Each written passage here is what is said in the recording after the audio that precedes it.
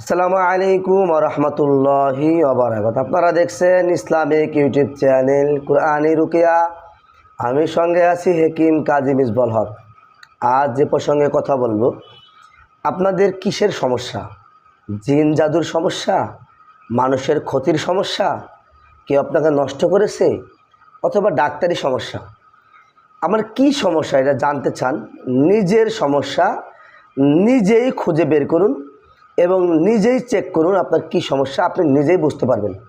আজকে এমন একটা দামি আমল আপনাদেরকে দিব ইনশাআল্লাহ, যার জন্য অনেক সময় আছে আপনার কি সমস্যা, ডাক্তারি না কবিরাজি, কেউ আপনাকে ক্ষতি করছে, না জিনের সমস্যা, কি কারণে আমার রিজিক বন্ধ হয়ে গেছে, কি কারণে আমার কি সমস্যা হয়েছে আপনি জানতে পারেন না, কবিরাজের খেয়ে দৌড়াদৌড়ি করেন। কবিরাজ আপনাকে সে কিছু দেখে আপনাকে বলতেছে, সবাই তো আর সত্য বলবে না আপনাকে।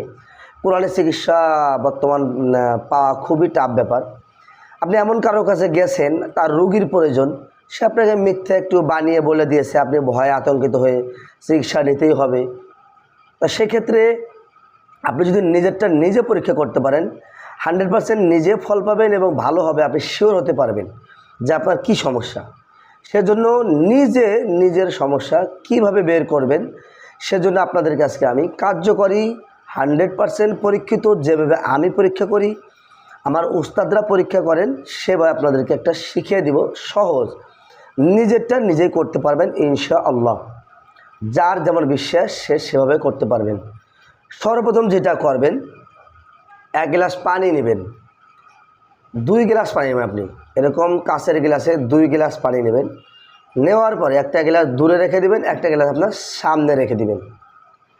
একটা গ্লাস আপনার সামনে যখন রেখে দিবেন, এখন আপনি 2 রাকাত সালাতুল হাজত নামাজ পাঠ করবেন। 2 রাকাত সালাত আদায় করে আপনি আল্লাহর কাছে সাহায্য চাইবেন।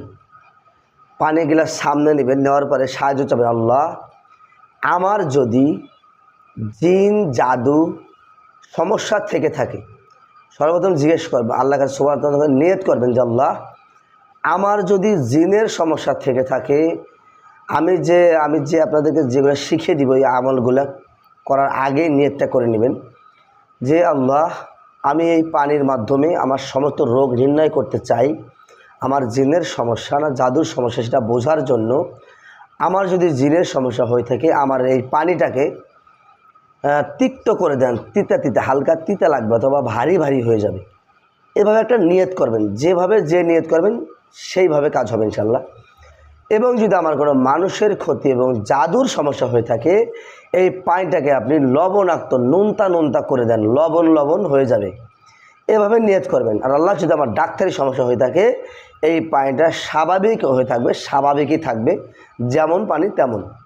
তা আপনি 2টা গ্লাস নিলেন, 2টা গ্লাসে পানি নেবেন, একটা গ্লাস একটু দূরে রাখবেন, একটা গ্লাস আপনি সামনে রাখবেন, যে গ্লাসটা আপনি রুকিয়া করবেন। এখন রুকিয়া কিভাবে করবেন? এই পানিটার ভিতরে আপনি 11 বার দুরূদ শরীফ পাঠ করবেন।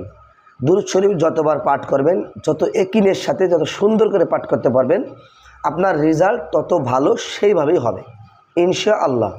সেজন্য আপনি যেটা করবেন, 11 বার দুরূদ শরীফ পাঠ করে 11টা দম করবেন। দুরূদ শরীফ কোটা করবেন, দুরূদে ইব্রাহিম তেলাওয়াত করবেন। দুরূদে ইব্রাহিম পাঠ করে 11টা দম দেবেন। 11 বার পরে 11টা দম দেবেন। তারপর যেটা করবেন, আয়াতুল কুরসি, পারে না এমন কোনো লোক নাই, না পারলে দেখে দেখে সুন্দর করে পড়বেন।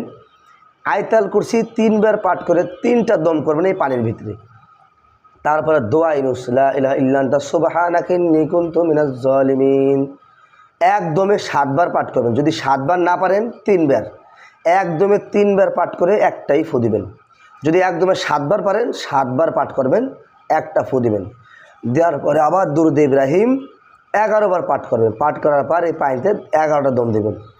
দেওয়ার পরে আপনি যে পানিটা দম করছেন, এই পানিটা আগে খাবেন না। আপনি যে পিছে রেখে দিয়েছেন যে পানিটা পাশে, ওই পানিটা একবার আপনি খাবেন। খেয়ে দেখবেন যে পানিটা স্বাভাবিক না কেমন। এরপরে আপনি যে পানিটা আপনি রুকিয়া করলেন, এই পানিটা আবার খাবেন। খেয়ে একটু গালের ভিতরে পানিটা রেখে দিবেন।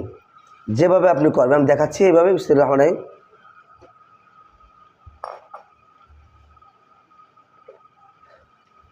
এভাবে মুখে রেখে আস্তে আস্তে খাবেন। এবং মাথার ভিতরে, দেমাগের ভিতরে আপনি নেবেন যে এই পানিটা আমার কেমন লাগতেছে। না পারলে আপনি আরেকবার এই পানিটা খাবেন। যদি তাও মানে একটু হালকা বোঝা যায় এরকম কিছু মনে হচ্ছে, আরও ভালো বোঝার জন্য পাশে যে পানিটা রাখছিলেন, যেটা রুকিয়া করা না, সেই পানিটা আরেকবার খাবেন। খাওয়ার পরে আবার এই পানিটা মুখে দিবেন।